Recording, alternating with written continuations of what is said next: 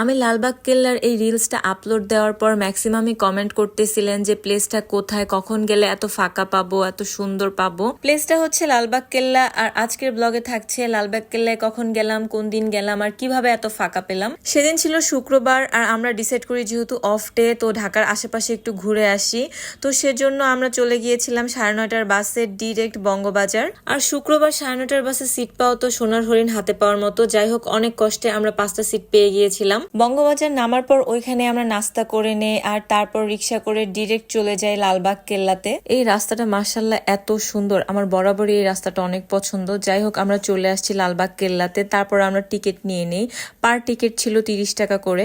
সকাল 11:30টার দিকে আমরা এন্ট্রি নেই, আর হচ্ছে 12:30টার মধ্যে আমাদের বের হয়ে যেতে হবে, কারণ মাঝখানে একটা নামাজের জন্য ব্রেক টাইম ছিল। শুক্রবারে গিয়েছিলাম আর একটু সকাল টাইমে গিয়েছিলাম, তাই মানুষ একদমই কম ছিল। এর আগে আমি যতবার গেছি এত পরিমাণ মানুষ ছিল, ছবি তোলা তো দূরের কথা, ঠিক মতো ওখানে হাঁটাই যাচ্ছিল না। তবে আই থিঙ্ক এবারে আমাদের টাইম সিলেকশনটা ভালো ছিল, মানুষ একদম কম ছিল, আমরা সুন্দর মতো ঘুরে ঘুরে দেখতে পারতেছিলাম। ওই দিনের আকাশটা মাশাআল্লাহ খুবই সুন্দর ছিল, বাতাসও ছিল, তবে এত পরিমাণ রোদ ছিল যে হাঁটা যাইতেছিল না। আমরা একটু পরপর ছাতা খুলতেছি, আবার ছবি তোলার সময়টাকে অফ করতেছি, আবার ছাতা খুলতেছি।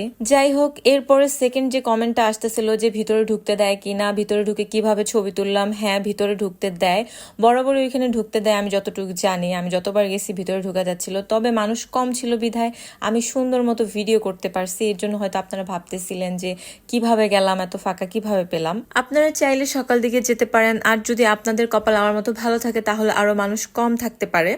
যাই হোক, পুরোটা ঘুরে ঘুরে দেখতেছিলাম। লালবাগ কেল্লা অনেক বিশাল এরিয়া মোটামুটি, আর ঢাকার মধ্যে ঘোরার জন্য একটা পারফেক্ট প্লেস আমি মনে করি। 1-1.5 ঘন্টা আমরা লালবাগ পুরাটা ঘোরাঘুরি শেষ করে ডিরেক্ট চলে যাই দোয়েল চত্বরের দিকে। সেখানে যে আমরা হালকা কেনাকাটা করি। অলরেডি আমি দোয়েল চত্বর নিয়ে একটা ব্লগ আপলোড করে দিয়েছি, যারা ডিটেলসে দেখতে চান আমার ওই ব্লগটা দেখতে পারেন। আর ওই দিনই চলতেছিল দেশালের 40% ডিসকাউন্ট, তো আমরা ডিরেক্ট চলে যাই দেশালের বনানী আউটলেটে।